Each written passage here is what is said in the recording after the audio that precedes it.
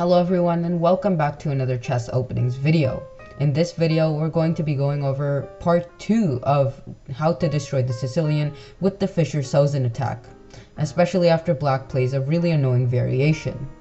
Before we get any further on into this video, I would like it if you would just please like this video and subscribe to my channel if you're new. So without any further ado, let's get right into it.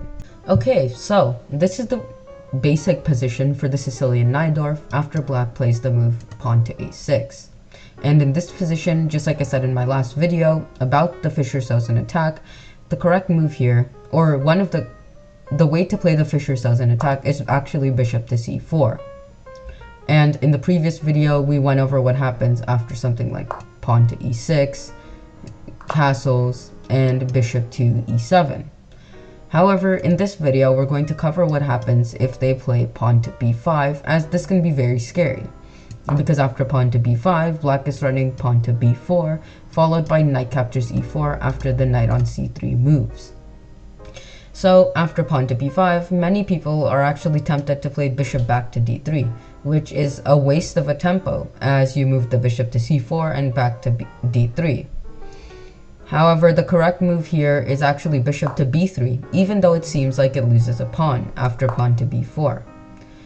Here, many people think that knight to e2 is the correct move, as you don't really want your knight on the rim most of the times. However, in this case, it's actually the correct move after knight to a4. After this, black could continue the game with something like bishop to e7, which would just cause you to have a normal game after something like rook to e1. And bishop to g5. However, many people actually play knight captures on e4, which is a terrible mistake for many reasons. After knight takes on e4, the correct move to play for white is rook to e1. And this is like the point in which black gets to decide how they're going to lose, because at this point they're essentially guaranteed to lose. After this, black has three options. Either they can protect the knight with something like pawn to d5 or bishop to b7, or they can move the knight back, knight to f6. First, let's go over what happens if they play knight to f6, just moving the knight back. In this position, it may seem as though black is completely alright. He just won an entire pawn. However, white can take advantage of his great development with the three pieces by playing the move bishop to g5.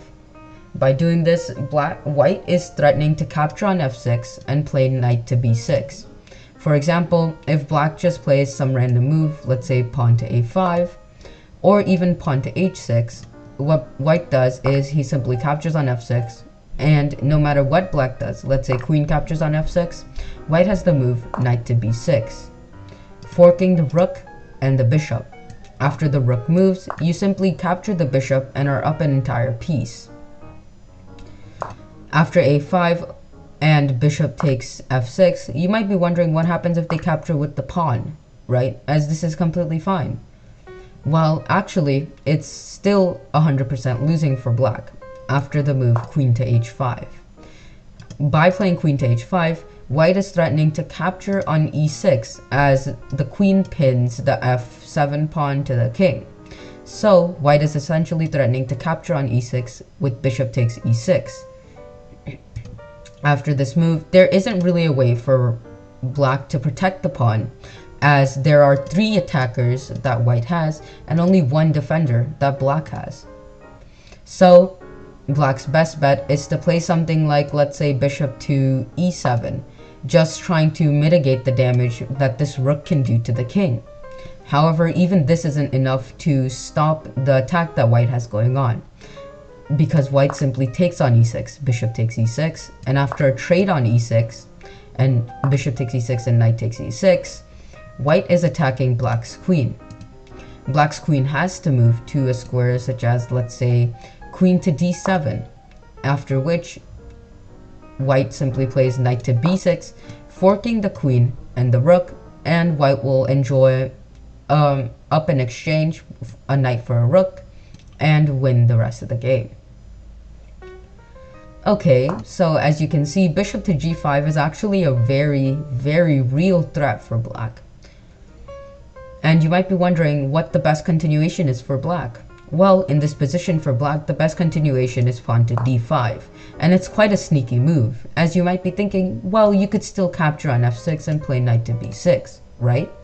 Wrong, you can't actually do that anymore.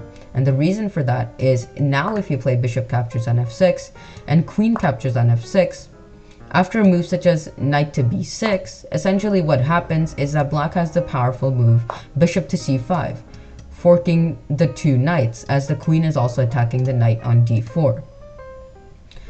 Now, no matter what, black has essentially equalized, as he is going to win back the material. If you capture on a8, for example, black is actually winning after bishop takes d4, as this knight has nowhere to go, and black is threatening to capture on b2.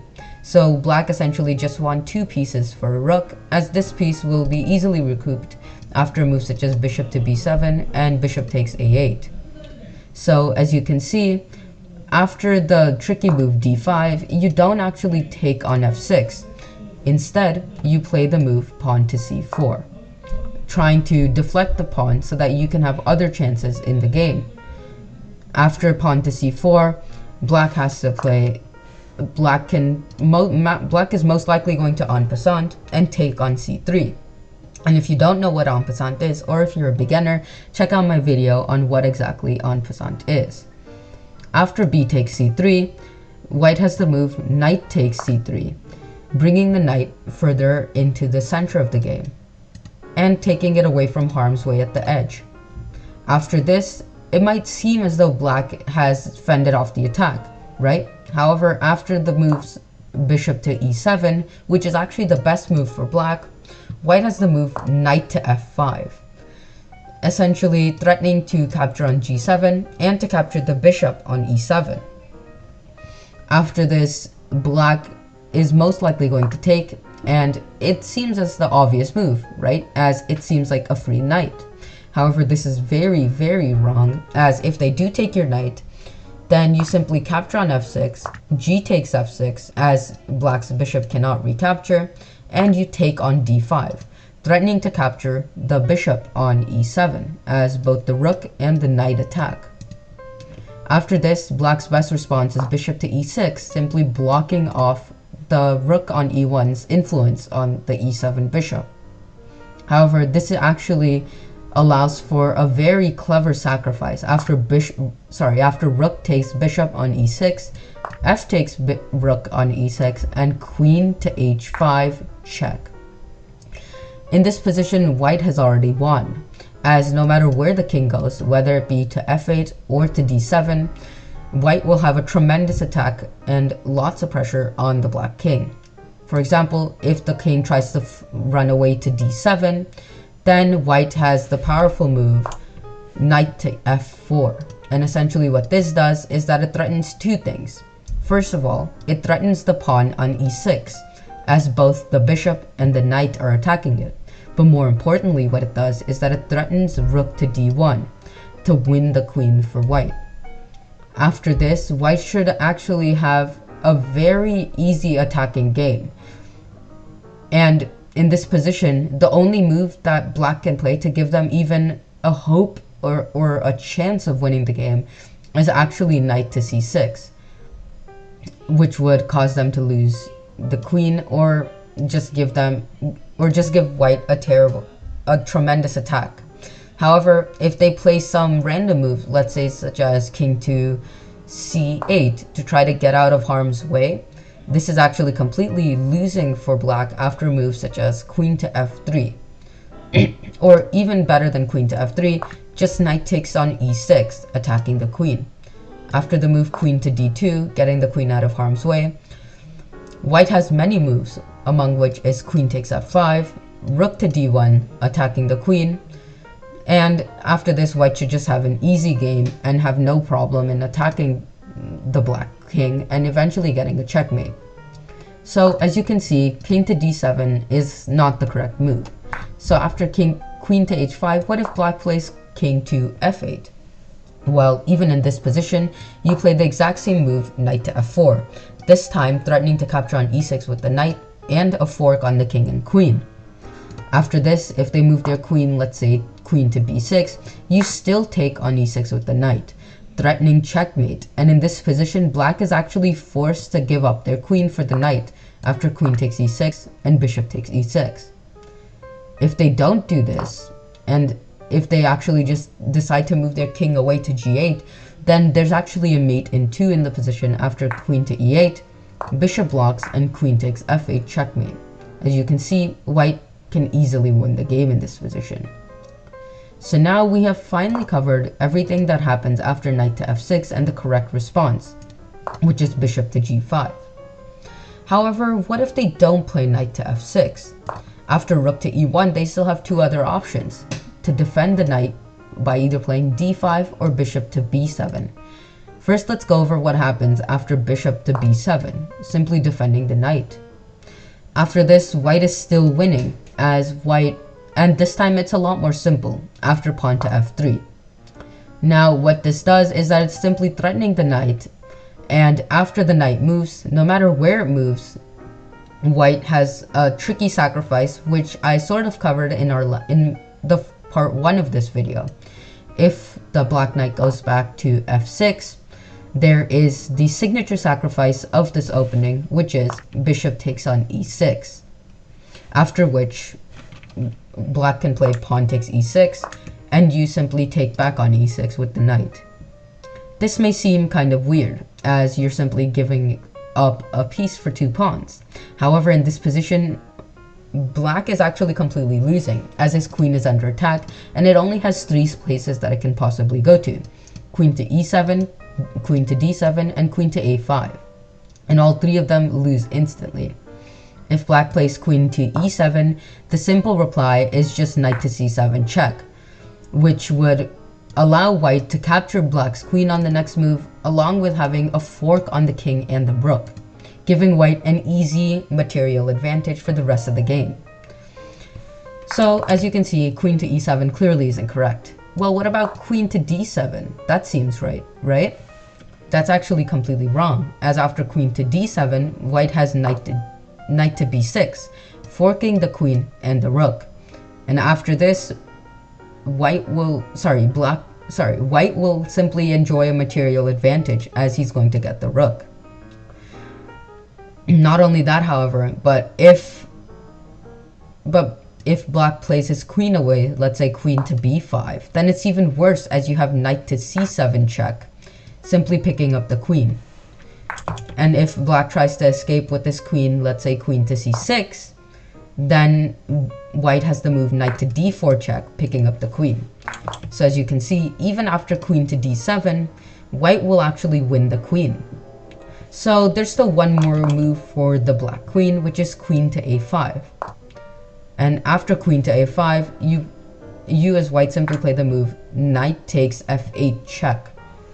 And in this position, black is actually forced to play king to f7, and you'll simply enjoy a material advantage for the rest of the game, as you're a couple pawns up. However, most people will actually take on f8, which would lead to an instant checkmate after queen takes d6 check. In this position, black has 2 moves, which are king to f7 and king to g8, both of which lead to mate. If king to f7, white has the move rook to e7, king to g6, and please note, after rook to f7, if the king tries to go down or back here, for example, then you're threatening all sorts of back ranks. But if the best move actually for black in this position is king to g6, after which you play the move queen to g3 check, king to h5, and rook takes g7, threatening queen to h3 checkmate.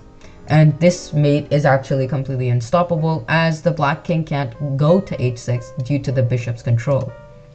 In this position, black is forced to play a move such as queen to b6 check, just to prolong the mate, which will be completely useless because after a few moves it will be checkmate no matter what. So as you can see, in this position, king to f7 is clearly the incorrect move. But what if they play king to g8? Doesn't that work? No, it actually doesn't, because if they play king to g8, it's still a forced mate. After queen to e6 check, king to f8, the only move, bishop to f4, threatening checkmate, queen to d5, trying to hope for a queen trade and trying to stop the checkmate on d6, but you actually ignore the queen trade and still play bishop to d6, forcing black to capture on d6, and after queen takes d6 check, in this position white is already up a queen. However, there's actually a forced mate, which I'll show very quickly. King to g8, rook to e7, threatening a back rank, pawn to h6, creating some breathing room, queen to e6, king to h7, queen to f5, check, king to g8, queen to g6, threatening checkmate with the rook this time. And it's a forced mate. Oh, actually, also not with the rook, sorry. It threatens checkmate on g7 with queen takes g7. The only move is rook to h7, after which is just rook to e8, knight takes e8, and queen takes e8 checkmate.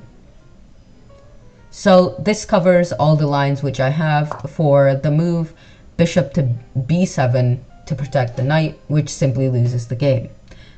However, after rook to e1, there's still one last opportunity, one last move that black has to try to hold on to his pawn advantage, which is pawn to d5. However, in this video, I'm actually kind of running out of time to cover pawn to d5, which is why I will cover what happens after pawn to d5, which is actually the hardest and the longest variation, in the next video, or part 3, about how to destroy the Sicilian with the Fischer-Sozin attack. I hope you enjoyed this video so far, as it took a lot of time to make, and I'm sorry that I haven't been uploading for a while. But keeping that aside, thank you guys so much for over 80 subscribers. I really appreciate it, and I hope you guys continue the support. So if you don't mind, or if you haven't already, please drop a like on the video and subscribe to my channel if you're new. Other than that, that's all I have for today. Thank you all and have a nice day. Goodbye.